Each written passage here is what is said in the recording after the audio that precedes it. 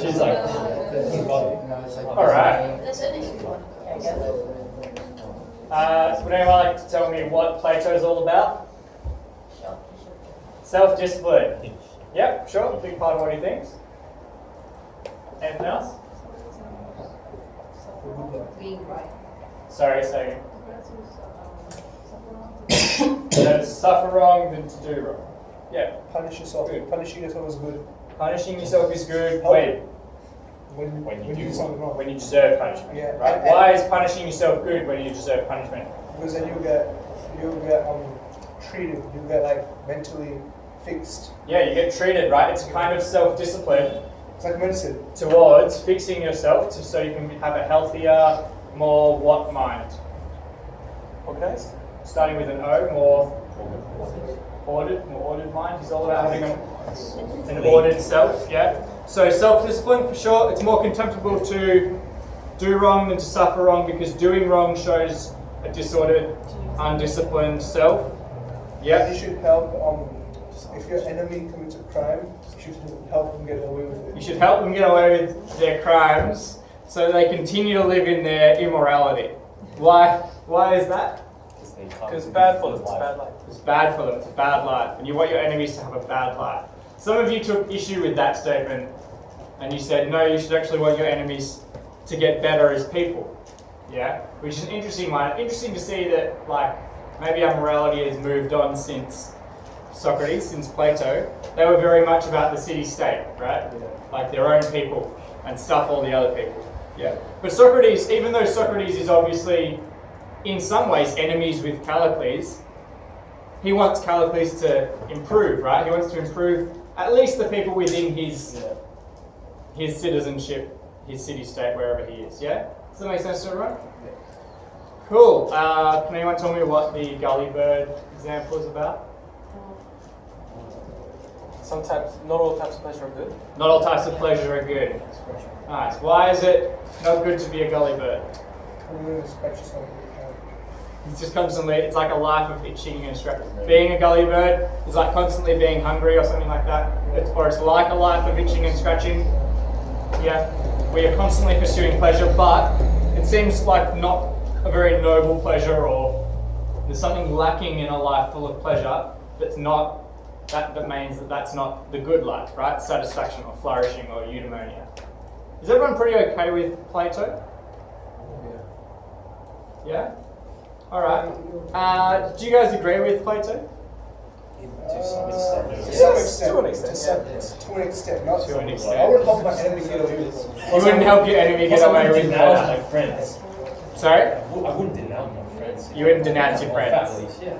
Why? Because you reckon it's better for them to get away with it? I mean, if they don't, like, yeah, to me, yeah. Alright, let's do this one as a thought experiment. Let's say that your friend what shop do you guys like going to over the road? Oh man. Fish and chip shop? Are you kidding? Let's say that your friend says, hi, Nick, you can be my example. Hi, Nick, I'm gonna rob the Flake Shack, and I know that I'll get away with it, but only if you help me. Are you gonna help him rob or her rob the Flake Shack? Sure.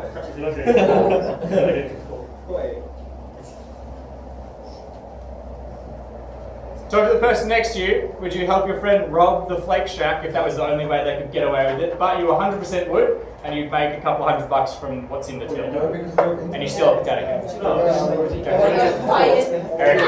I wouldn't know. If they're smart enough to get away with it and beat the system.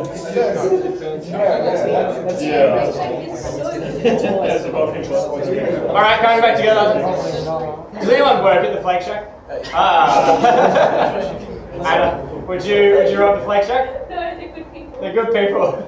So you want to help them out, right? Would anyone help rob the Flake Shack? Good, that's the correct answer. I would have to report you to the police if you had said yeah. Not really, but now a separate question. If you say, I'm not going to help you rob the Flake Shack, but I know I've looked at your plan and I think you're going to get away with it. You don't say that to them, but you do. You think they're going to get away with it, right? And now you have a choice. You can tell the flake shack that someone's going to come and rob them. Oh yeah, give your friend a challenge. Yeah, that totally doesn't look Or you can call the police and say, hey, my friend's going to rob the flake shack in 3 days. Oh, right? And if you do that, he'll get caught while he's robbing the flake shack and he'll go to jail for 6 months. But I'm giving you guys a lens into the future. If you don't do that to him or her now, then you know that they're going to continue to rob shops until they're caught for the rest of their lives. There's a small chance, but a chance, that they'll continue to rob shops and get away with it forever. Talk to the, yeah. There's a small chance that they'll stop as well. There's a small chance they'll stop. There's a small chance that they'll get away with it forever. What other shops do they rob? They start with the flake shack and then they move on to the post office, but then they start robbing banks and soon they're robbing, eventually they rob all of Chase. Whatever. Eventually they rob a casino in Las Vegas and they make a movie called Ocean's 11. I don't know. Up to you. Talk to the person next to you. Would you call the police on them to stop them or not? I mean, I'll call the police, but it's not on the bank. Why the bank? It affects you.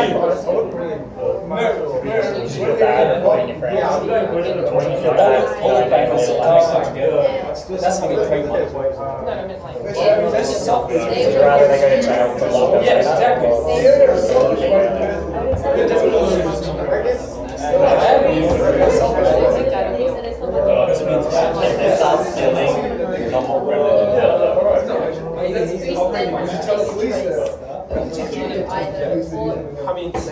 Yeah, but you're not affiliated. Alright, I don't want to spend too much time. We're going to go. Hand up if you would call the police and get your friend arrested now. Dog though. Feels good. Cool. Would anyone like to explain why? Anna? Yep. As much as I love my friends, I don't want to. Yeah, right. I really like the way you phrased that. As much as I love my friends, I don't want them to become criminals, right? It's because you love your friends. Would you say that you don't want them to become criminals? Well, Partly? yeah. Right.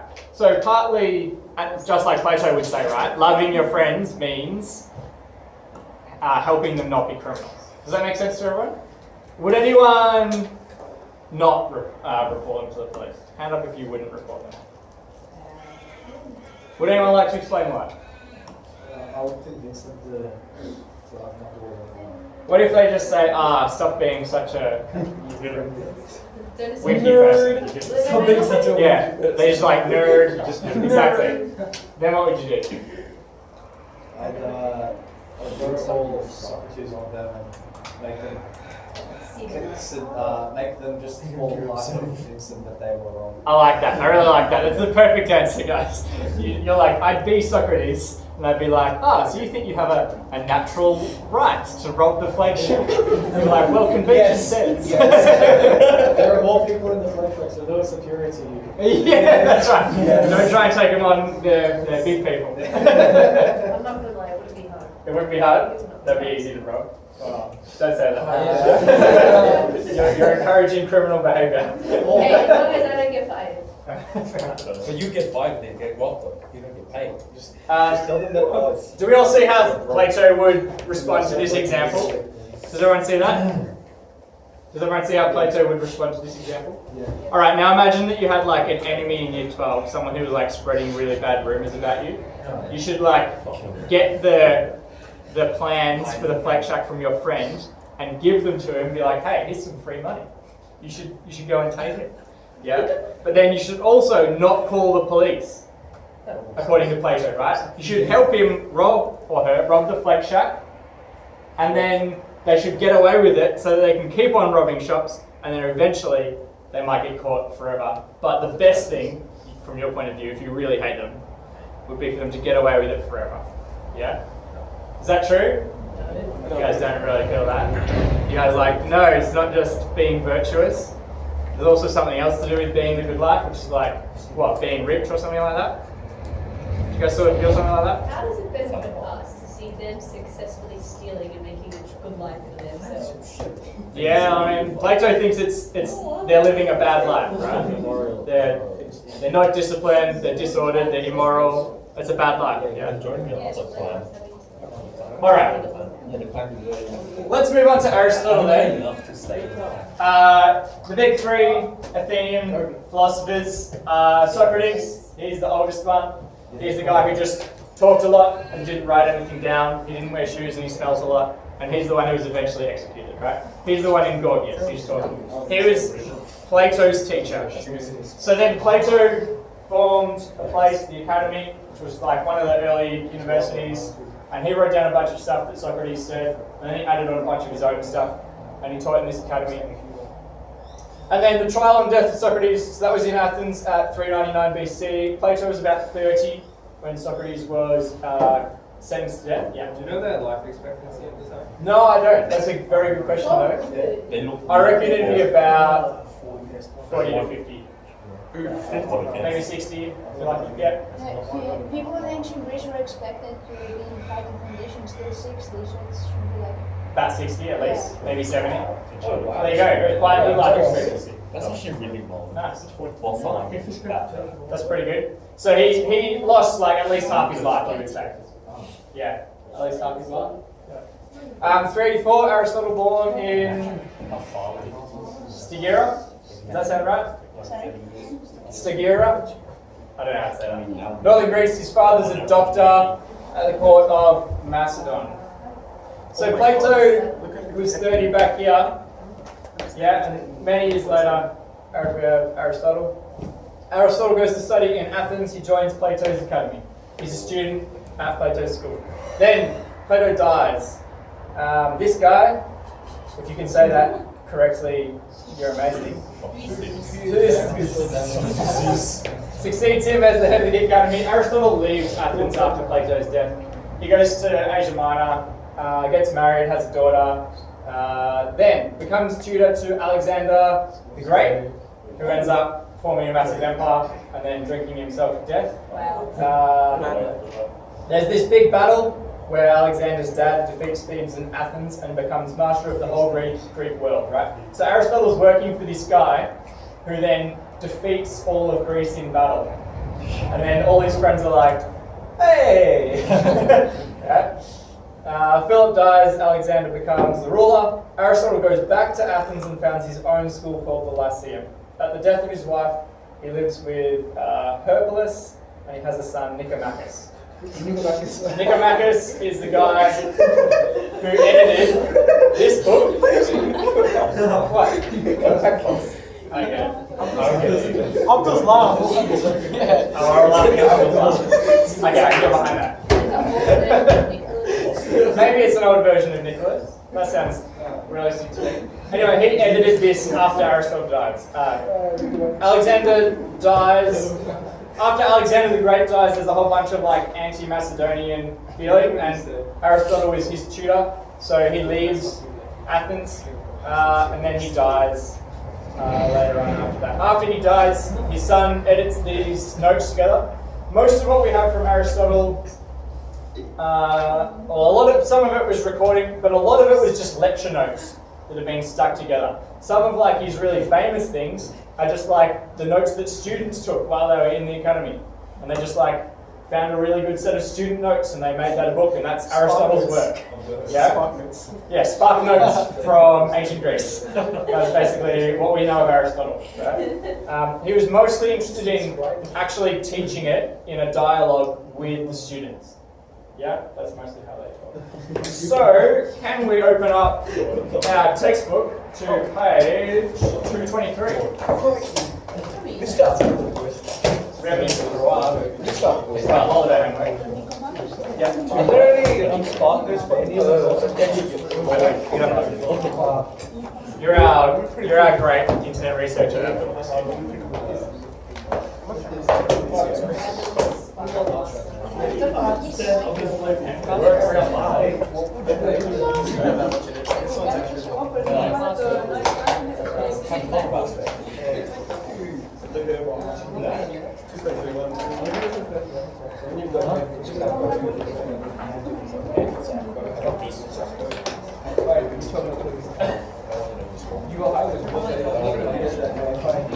get a sense of I'm not telling you. All right. I don't want to tell you. Quick Tell note. you. Abdul makes a good point. Abdul asked if there are any spark notes on any of the philosophers. I mentioned this briefly at the start, but I highly recommend, if you like, you research, especially these readings and sections, and if you find a good article or a good web page, or especially like a good summary of our reading, something like that, it'd be really nice of you to post it on Facebook for everyone, so we could all have it as a resource. Does that make sense? Yeah, VC is a team sport, guys, so Yeah. let's work together. And philosophy is definitely a team sport. But if you find great resources, Abdul's put a couple up, they've been really good. If you find some, it'd be really good to check them out. Thank you, Abdul. Alright, historical and philosophical context. Let's look at this picture here. Do you guys recognize this picture? Sort of. The Teenage Mutant. It's called The School of Athens. It's by a really famous painter called Raphael. Let me see if I've got it. And Koulibaly wasn't even playing that. Teenage Mutant. Koulibaly wasn't even playing that. Like a Teenage Mutant Ninja Turtle, yes. Except famous Renaissance painter. I'm on. Bro, this season we got Rick Gomez and Chong. They're gonna destroy the Oh, okay, yeah, that makes sense. He's a new bad Wow. boss. It's when the You guys might have seen this before. It's a really famous picture. Man, the voice doesn't Yes, if Damon had painted this photo, it would be called Me and the Boys. No, the voice of that voice. This is supposed to be the School of Athens. Most of the people, well, a lot of people in this are actually quite famous thinkers, right? So huge. But the two central figures, the two that we think of as the big teachers of Athens, even though Socrates was around, Plato is one of them, and Aristotle is the other. Can anyone guess who's who?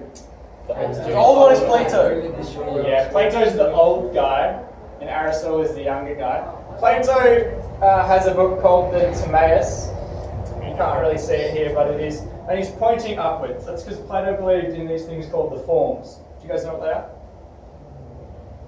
He thought that there was a perfect form of everything that informed the world. So, for example, there was the form of, which is like a metaphysical object, almost like a heavenly object. There was a perfect form of a tree that all actual trees were trying to imitate. So all the actual trees in the world are trying to become like the perfect form of a tree. There's a perfect form of each number. So numbers were perfect things. And when everything forms numbers and is counted in the world, it's trying to aspire towards this perfect form of the number.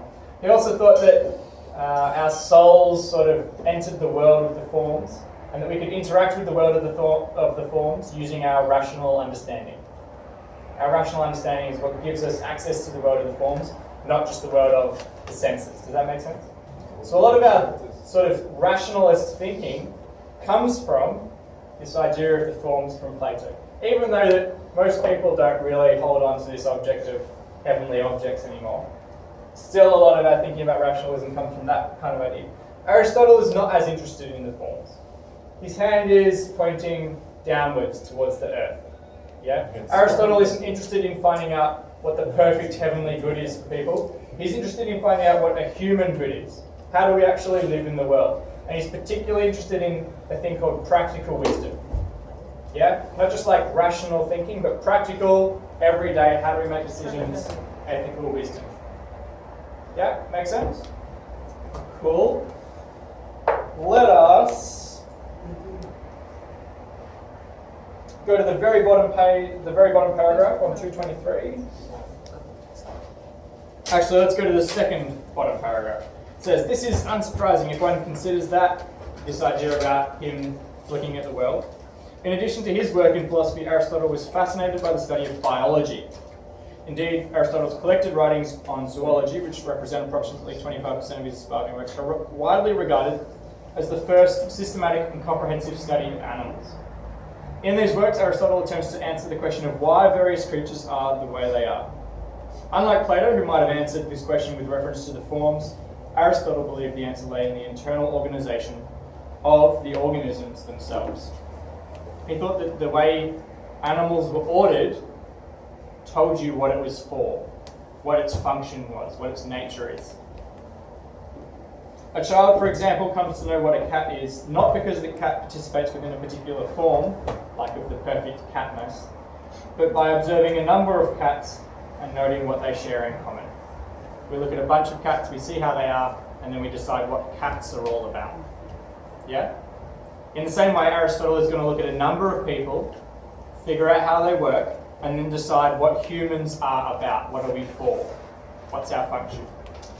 Aristotle felt that this understanding of how we come to know things could also be applied to concepts such as justice, virtue, and good. Through our encounters with and observations of others, we gradually build up an understanding of what justice or virtue means. Let's keep going. His observations also led him to another important conclusion. It isn't only a thing's physical characteristics that make it the kind of thing it is, but what it does and how it behaves. While this will in part be dictated by the thing's composition, its physical aspects and how they are arranged, it is also the result of its purpose or function, what the Greeks termed telos. Telos means purpose. An eye, for example, does what it does because its function is to see. A good eye is an eye that sees well, and a bad eye is an eye that sees poorly. So, Aristotle concluded, if we are to know what it means to be a good human, we need not look at abstract ideas, but to the kind of thing a human being is. For like things in nature, humans too are composed of particular elements and have a particular function which dictates their good. So an eye is for seeing, because that's what eyes are made to do, and a good eye is one that sees well. So he's going to try and figure out what a human is for, and a good human, then, is one that does that well. Does that make sense to everyone so far? Cool. Number one there is a discuss question. I'd like you to talk about this with the people next to you. Aristotle claims that we can establish a purpose or function for all things. Everything has a purpose. Everything has a function, a thing that it's for. Is this true, and can you think of any counterexamples to this claim? Talk to the person next to you. I agree. Eric, do you want to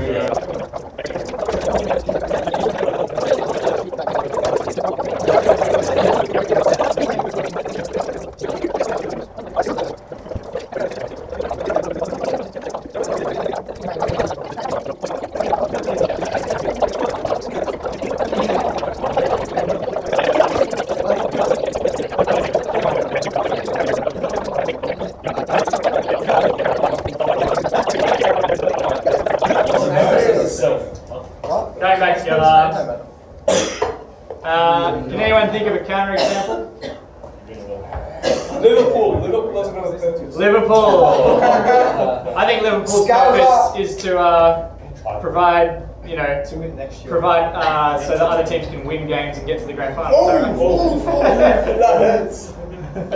It's to win next year. It's to win next year. It's always next year. It's always next year. It's next year. Liverpool would be good. I'm not having that. Can anyone think of a real counterexample? Pencil shaving. Yeah, Tottenham. Pencil shavings are an interesting one. So pencil shavings, you need to use your pencil. You have to sharpen it, so you can use your pencil. Your pencil is for writing. But what are the shavings for? Well, we've made the shavings. We weren't originally the shavings. We've made the shavings, that's true, but what do we make them for? It's just to Protect the lead inside. protect the lead inside. That was what they were before when they were pencil. Pencil is to protect the lead inside. But what are pencil shavings for? To help us Nothing. keep writing. Nothing. Because without the shavings, then we wouldn't be able to write forever. But do the shavings themselves allow You can get rid of the shavings though, can't you? What's the shavings of? Like just the shavings on the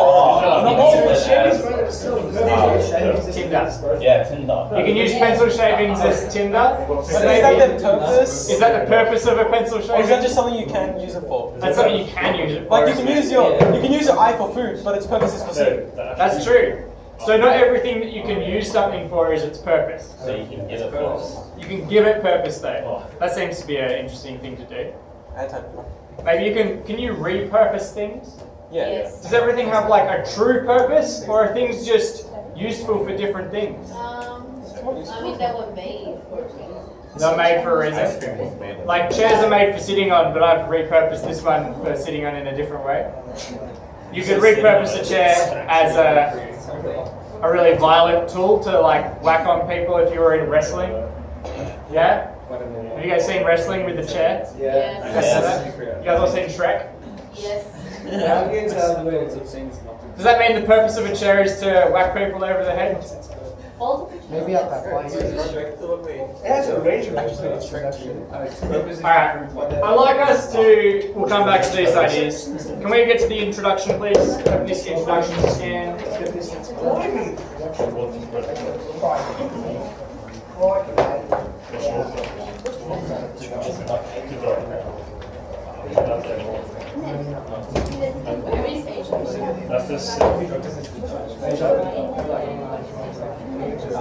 It's like no way trying to introduce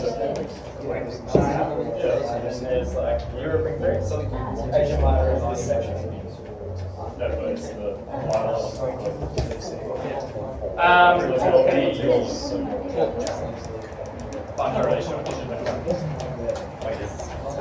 Let's turn to the second column. First column is a bit more of what I just told you. Second column, midway down it says Plato and his teacher Socrates.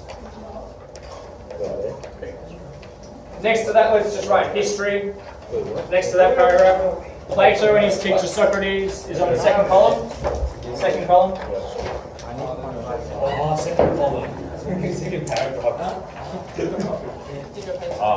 Let's just write history next to that. So we're about second column. Halfway down. Oh. So it was. Ah, yes. Plato and his teacher. Plato and his teacher. No, like, what was he writing? History. What is it?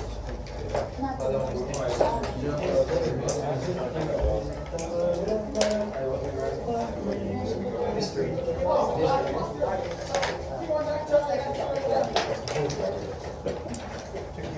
Alright, then on the next question, up here, I'd like us to highlight this bit, because this is where I think it gets to be interesting. But on the major ethical questions, Socrates, Plato, and Aristotle are in agreement.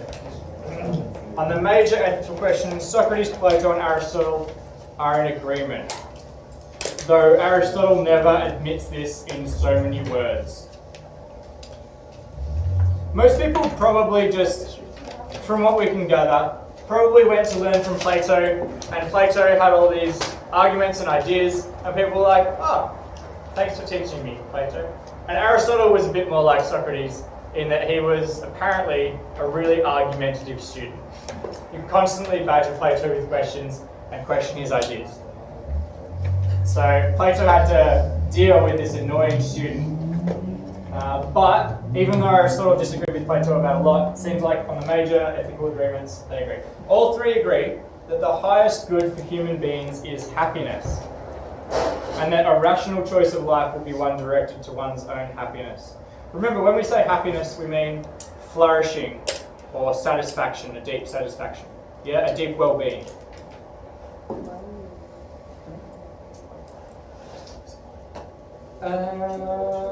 That whole paragraph is interesting. So let's maybe just write next to that ethical comments, or something like that.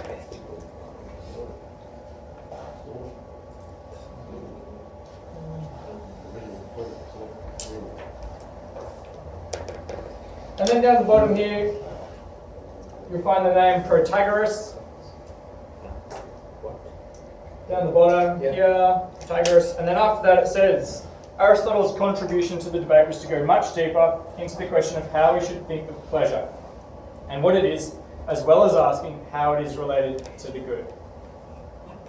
On the question of the place of pleasure in the good life, his answer is similar to Plato's in Republic and Philebus. While pleasure is not the good, pleasure doesn't equal good, the best life will necessarily also be the most pleasant, involving those pleasures suited to our nature as rational beings.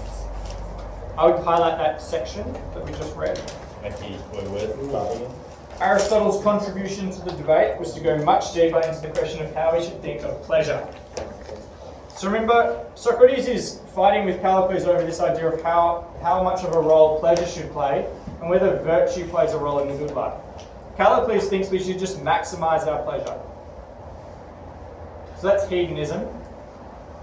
Aristotle is on board with pleasure, but like Plato, doesn't think that pleasure is goodness. He's not a hedonist, not a pure hedonist. It involves pleasure, the good life, but only pleasures that suit our nature as rational beings, that suit our function, yeah, our purpose as people, as humans.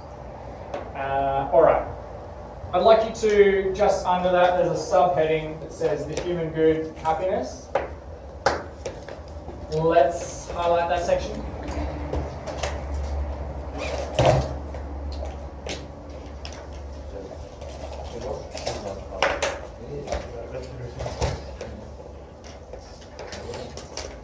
And then the next section on the next column is happiness in human function, rational activity. Let's highlight that one.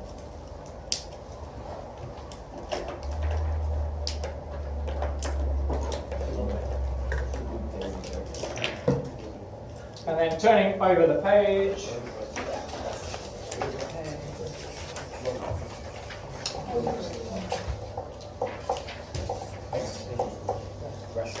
And I'd like to highlight one more section, which is down the bottom of this bit. Where am I? Yeah. In his system, from here. And let's read as we go. In his system, what makes them virtues, the virtues that he thinks count, is simply that by having and exercising them, whatever the virtues are, one is living a life that is the best life for a human being. Something is a virtue if it helps you live the best life for a human being. They contribute intrinsically of themselves to a person's eudaimonia, happiness or flourishing. Yeah, highlight that whole section. I think that's a useful section. Then at the bottom of this page, a subheading, how moral virtues are acquired, how do we become virtuous, and how they lie in a mean. Who's doing methods? Or actually, who's doing any maths? What's a mean? Average. A mean is an average. Aristotle thinks that virtuous activity lies usually in the middle of a range of activities. We'll explain that as we go. Let's just highlight the subheading for now, and then turn the page.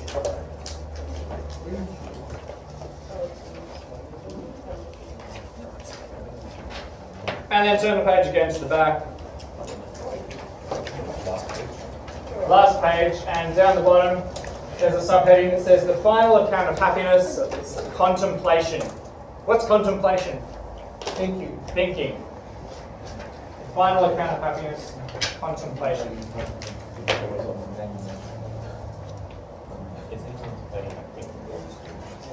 Alright, now we haven't achieved very much by just going through and highlighting subheadings, right? What I've given you, or highlighted, I just did a read through of this. This is the introduction to the translation that we are reading from. I think that those bits are the most important bits in the introduction. This is an extra resource for you. I'm not going to make it required homework. You don't have to read this.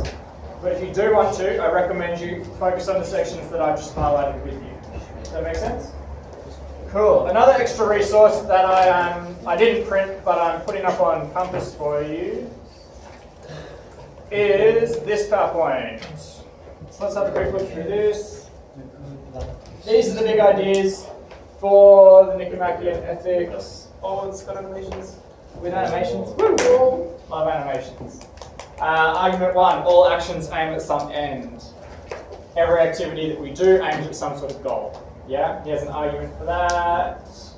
Intrinsic versus extrinsic value. Let's quickly look at this because it's interesting for the start of our reading. Intrinsically valuable things are those that are valued or desired for their own sake. Yeah, we don't desire them because we'll get something else. Extrinsically valuable things are things that are valued because they let us get something else that is valuable. Turn to the person next to you and think about something that is intrinsically valuable and something that is extrinsically valuable. Go for it. I think so. Wait, what? Wait, what? Oh, you know, right, yeah. Your intrinsic value is your body. And then your body is the goal. Wait, what was it? Oh, What about people who just like, It was the Other people, is that- it was the one we had to write about the movie. does that make money intrinsic? Like near the end. Wow. Nick, what's And this? he Supposed to really like And like he destroyed it. Yeah, they really like having money. But that makes them what? Mr. Coles is kind of. I think so. Makes them happy. The idea is that money is like a tool. Unless you. Goals, what's intrinsic then?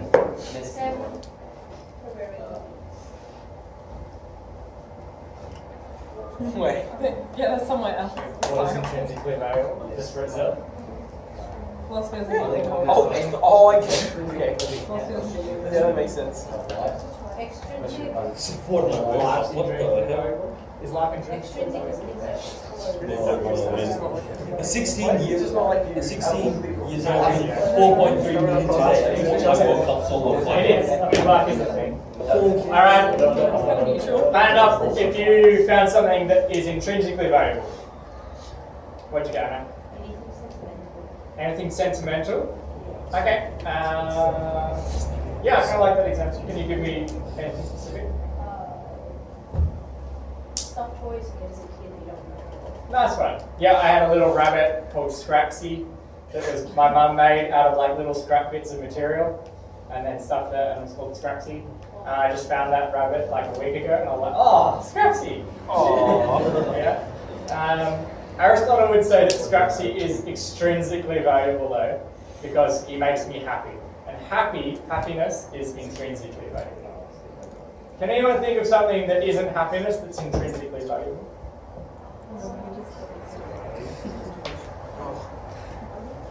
We're going to keep thinking about it, okay? The thing itself is extrinsic, but the feeling it gives you is intrinsic. Is that what it Well, is? happiness is the goal, right? The reason I want my rabbit is because I want really to be happy. Does that make sense? Yeah. If I just wanted my rabbit, like, no matter what it made me feel, maybe then the rabbit would be intrinsically valuable. Does that make sense? Yeah. If I want the rabbit for itself, for some reason, that's kind of weird to say, isn't it? Like, maybe we all want to have a potato cake. Yeah, but if you've had 50 potato cakes already, you don't want another one, because the real goal is to feel like satisfied from a hunger perspective, or like from a I want more salt or something. I don't know. Yeah. All right. Let's keep moving. Here are some evaluations. Here are some other explanations. This PowerPoint I've put up on Compass already. It is most of the arguments in the text and a bunch of evaluations. Again, this is there as a resource. I'm going to refer to it sometimes maybe in class, but potentially not. Okay? So I recommend you download this PowerPoint so that you can have a look through as you do revision. Make sense? Cool. Let me check what is there.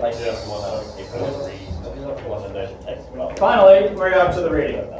We ready to dive in? Yeah. Oh boy. Excellent. Let's get into it.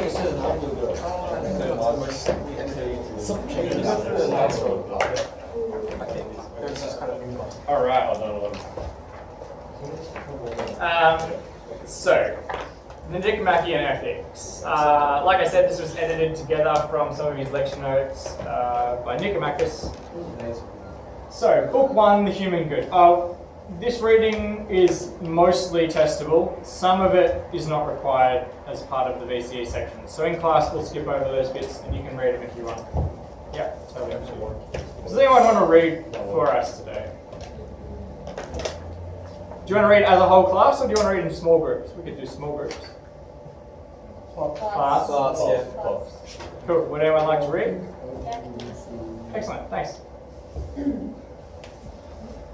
All human activities aim at some good. Some good subordinate to others. Every art and every inquiry, and similarly every action and choice, is ordered to aim at some good. And for this reason, the good has rightly been declared to be that at which all things aim. But a certain difference is found among ends. Some are activities, others are products apart from activities that produce them. When there are ends apart from the actions, it is the nature of the products to be better than the activities. Now, as there are many actions in arts and sciences, the ends are also many. The end of the medical art is health, that is, shipbuilding a vessel, that of strategy victory, that of economics wealth.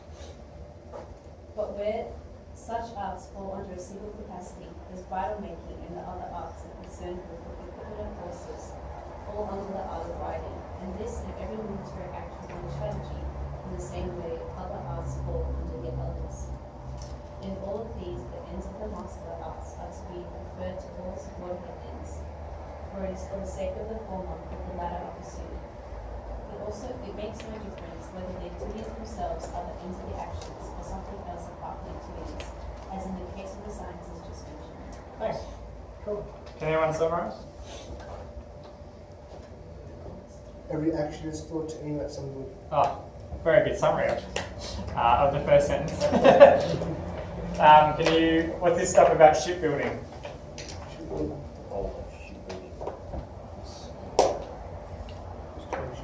It's to make ships? Yeah. Yep, good. But where such arts fall under a single capacity, like bridle making, and other arts concerned with the equipment of horses fall under the art of riding, and this and every military action under strategy in the same way, other arts fall under yet others. In all of these, the ends of the master arts are to be preferred to all of the subordinate ends. What does that mean?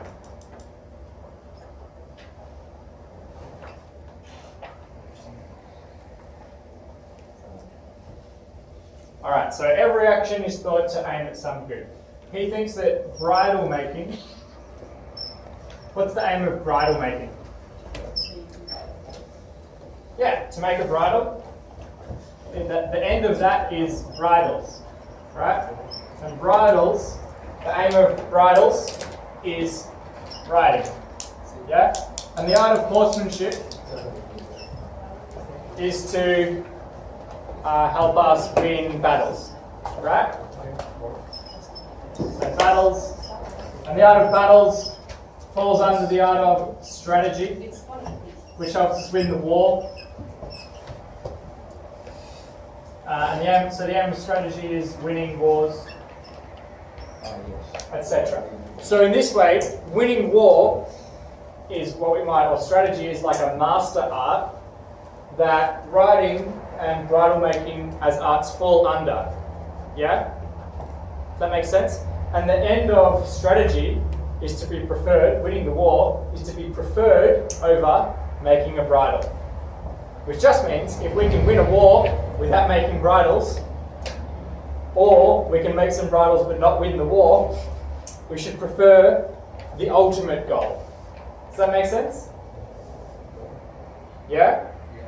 So the aim of a job, if you're going to have a job, let's say, who's got a job? Kevin, you got a job?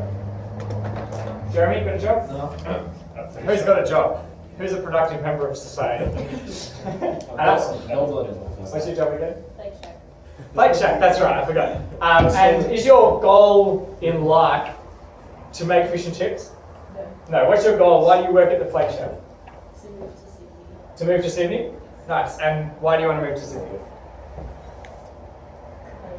Just because? Let's leave that then. If I could just send you to Sydney without you working at all at the Flake Shack, would you do it?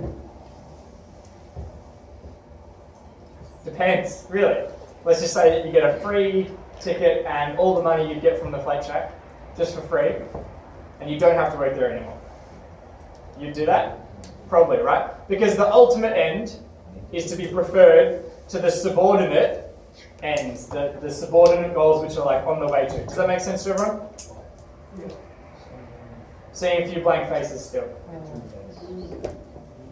Let's do another example. Can anyone think of another example? Someone who is with me? High senior exam. Let's do studying. No. Studying maths, right?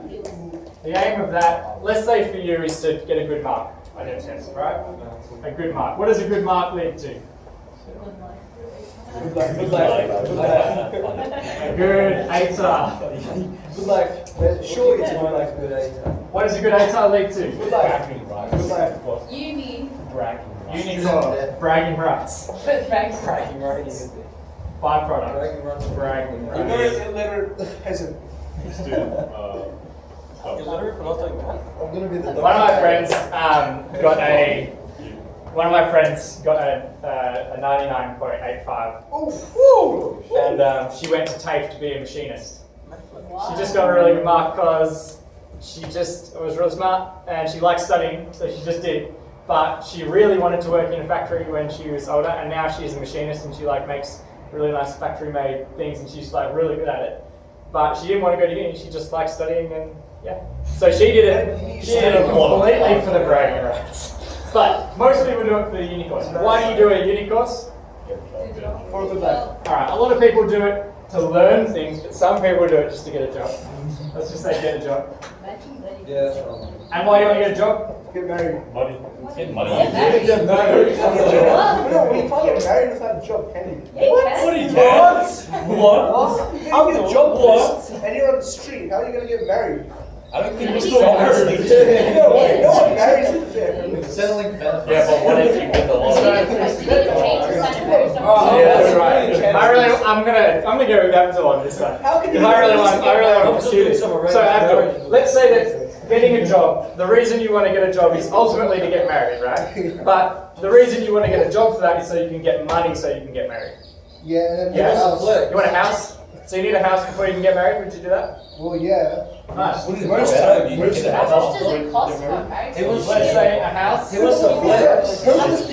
And then I'm just going to add in some, because you don't just need a house, you probably need some, you probably need to pay for some dating as well. I don't know, man. Married. Abdul, why do you want to get married? That's grandkids. Great. What?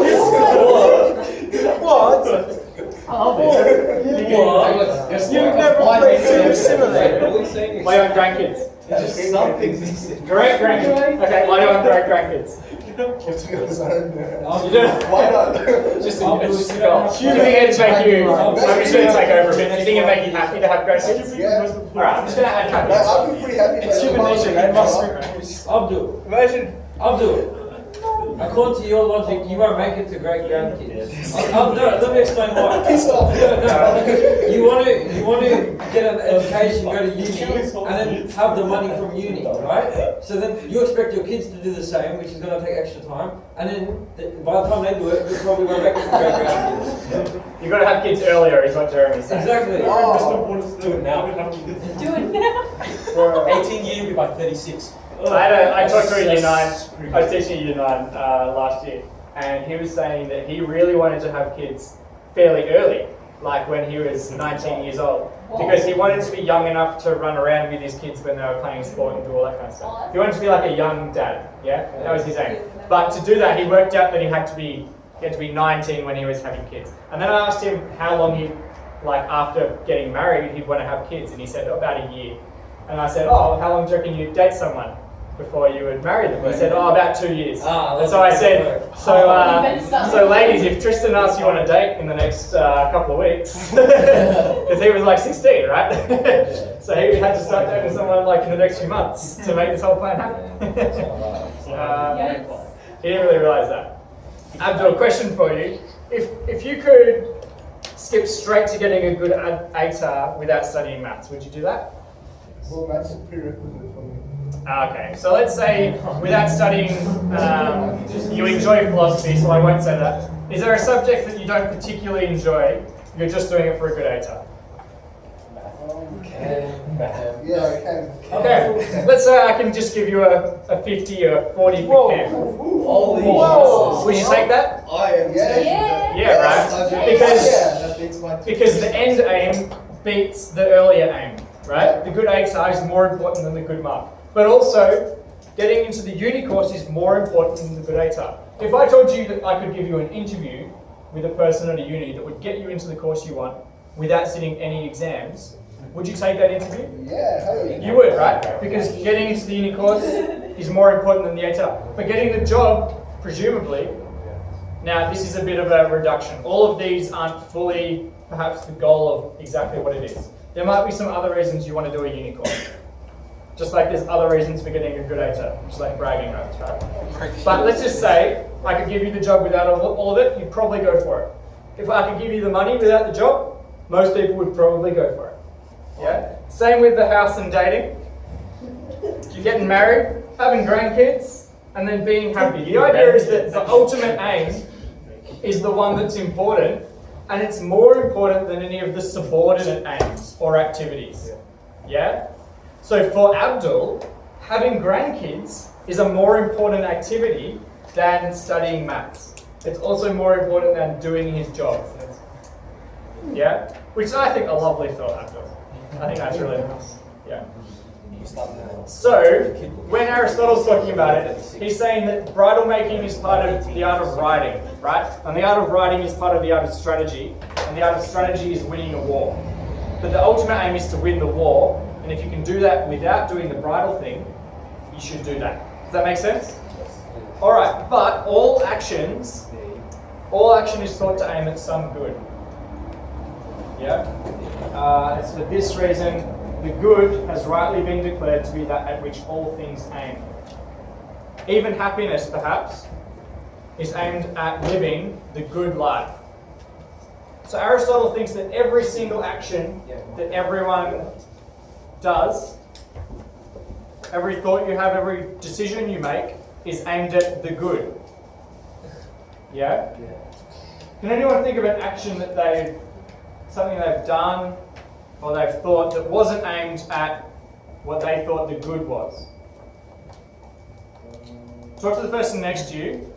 Is everything that everyone does aimed at the good, or is anything aimed at the bad? Talk to the person next to you.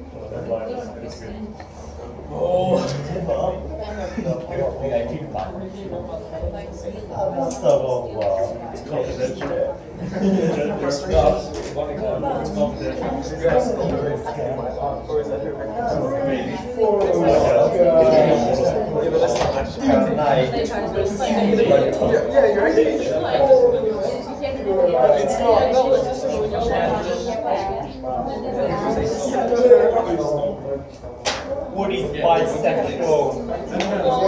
Yeah. He admitted it at the end of the podcast. That's so weird. The emperor.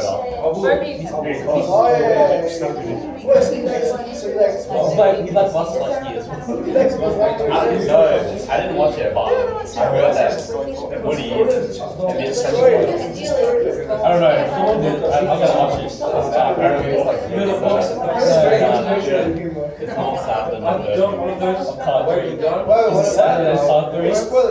All right. I never watched it. Did anyone come up with something? Oh, what's the question? Do accidental actions count? You guys talking about the question or just chatting? So do accidents count? Actions can count as aiming at something. No, it's in accidents. Oh, accidents. All accidents. Are they actions? Yeah, that's a good question. I see what you mean, right? So accidents is a good one. Yeah, like if you accidentally crash your car, obviously that's not thought to aim at some good, right? That's a good one, but you don't choose to do that, right? So Aristotle is talking about, that's a good one, he's talking about things that you choose to do. Yeah? Everyone is always trying to do what they think is aiming towards the good, the chief good, right? But people end up living very different lives. So people are always aiming at very different things, is the logic. Or maybe they're not even really aiming properly at all. Yeah? Let's have a read of the next bit. The science of the human good is politics. Politics is sometimes being described as the science of human action. Yeah? The study of human actions. Figuring out what to do. If then there is some end of the things we do, which we desire for its own sake, intrinsically, everything else being desired for the sake of this, and if we do not choose everything for the sake of something else, for at that rate the process would go on to infinity, so that our desire would be empty and vain. Does that make sense? If this went on forever, if you were always doing something for something else, it would go on for infinity, and then it'd kind of be pointless. Clearly, this must be the good and the chief good, the ultimate good. Will not the knowledge of it then have a great influence on life? Shall we not, like archers who have a mark to aim at, be more likely to hit upon what is right? If so, we must try, in outline at least, to determine what it is and of which of the sciences or capacities it is the object. What activity is it? What is it about us that we can do that ends to the chief good? It would seem to belong to the most authoritative art and that which is most truly the master art. And politics appears to be of this nature. For it is this that ordains which of the sciences should be studied in a state and which class of citizens should learn and up to what point they should learn them. And we see even the most highly esteemed of capacities to fall under this. For example, strategy, economics, rhetoric. Now, since politics uses the rest of the sciences, and since, again, it legislates as to what we are to do and what we are to abstain from, not do, the end of this science must include those of the others, so that this end must be the human good. Let's highlight that, the human good. The chief end is the human good. For even if the end is the same for a single man and for a state, that of the state seems at all events something greater and more complete, whether to attain or to preserve. Though it is worthwhile to attain the end merely for one man, it is finer and more godlike to attain it for a nation or for city-states. These then are the ends at which our inquiry aims, since it is a political science in one sense of the term. Does Aristotle think it's better for one person to attain the chief good, or is it better for a whole country to attain the chief good? The whole country, right? The whole nation, the whole city-state. And so he thinks that the master art, the thing that all else is trying to help aim at the chief good, is politics, because politics decides what we do and how we do it. So Aristotle is really very action-focused compared to Plato. Plato doesn't discount action, but Aristotle is very action-focused. Would you like to do some questions in the books, or you want to keep reading? Keep reading. All right, let's keep reading. Nature of the science.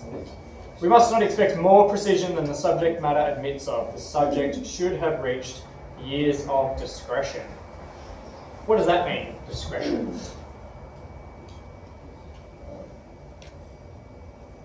It means wisdom or understanding. He's saying that to be able to talk about this stuff, you need to have lived for a while. You need life experience, is what he's saying. And we should not expect more precision than the subject matter admits of. He's going to go on to say that ethics is a bit of a vague activity. Sometimes we have fuzzy answers and we can't get specific ones. Yeah? Unlike maths, which is a very sharp activity, if I can use that word. It's a very distinct activity. There's always a right answer in maths, pretty much. Yeah. Yeah? And it's always one number. But ethics, he says, is not quite like that.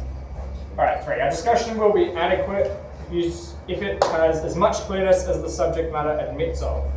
For precision is not to be sought for alike in all discussions, any more than in all the products of the crafts. Now, noble and just actions, which political science investigates, exhibit much variety and fluctuation, so that they may be thought to exist only by convention and not by nature. The goods exhibit a similar fluctuation because they bring harm to many people. For before now, men have been undone by reason of their wealth, and others by reason of their courage. We must be content then in speaking of such subjects and with such premises to indicate the truth roughly and in outline, and in speaking about things which are only for the most part true, and with premises of the same kind to reach conclusions that are no better. In the same spirit, therefore, should each type of statement be received, for it's the mark of an educated man to look for precision in each class of things just so far as the nature of the subject admits. It is evidently equally foolish to accept probable reasoning from a mathematician and to demand from a rhetorician demonstrative proofs. How could you be undone by courage? How could your courage lead you astray?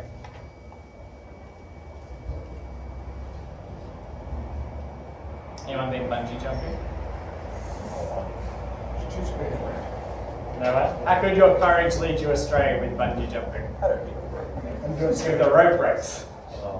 Right? Courage might be generally a good thing, right? And even in the case of bungee jumping, it might be generally a good thing. It might add to your life in a substantial way.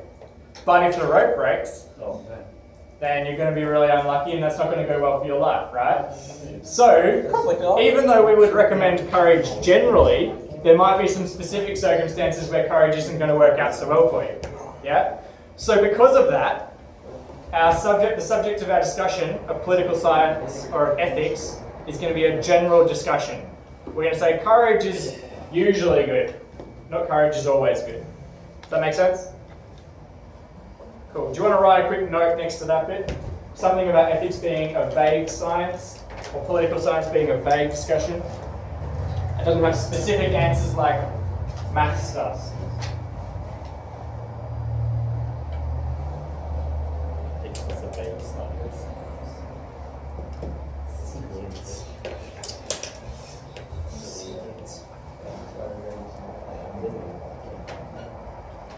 Thanks for sharing that.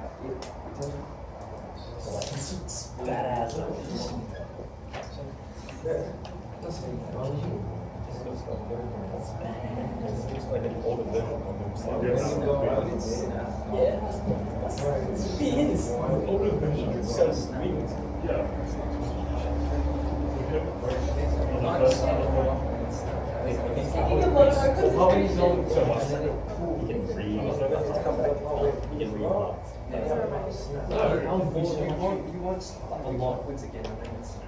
No, you start on the fastest round.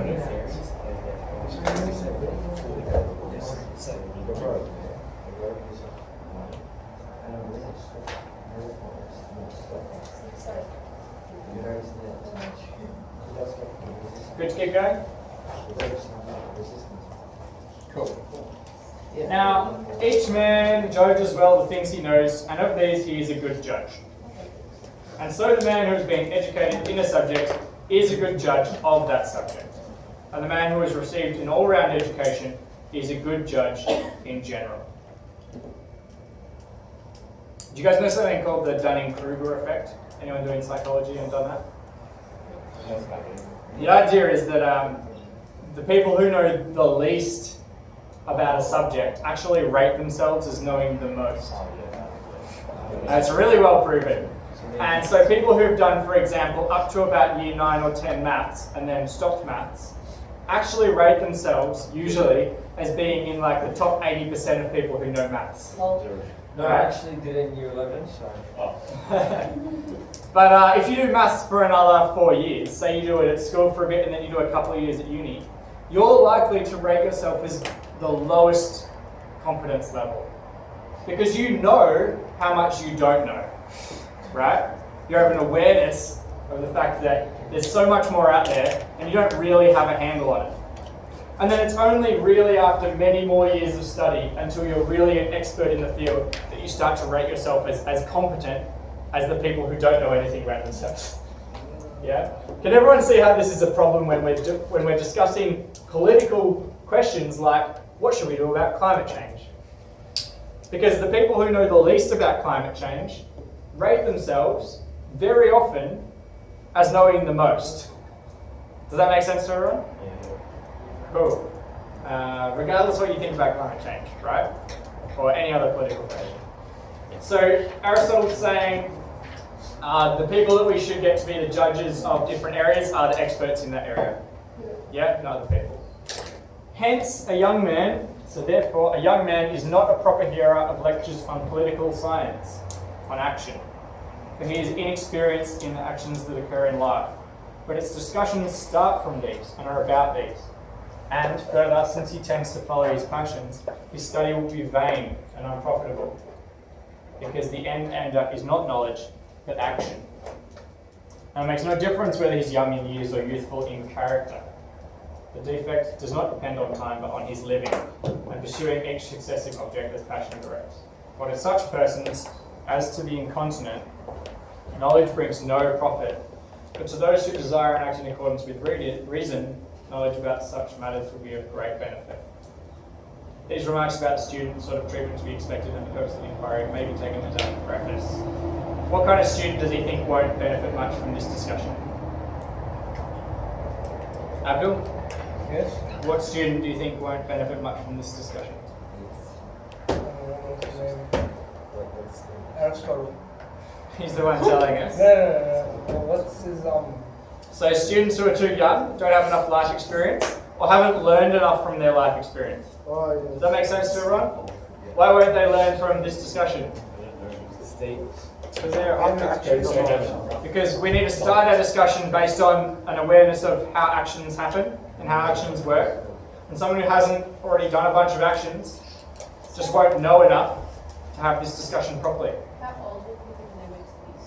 That's a very good question. They were slightly older than you guys. Yeah.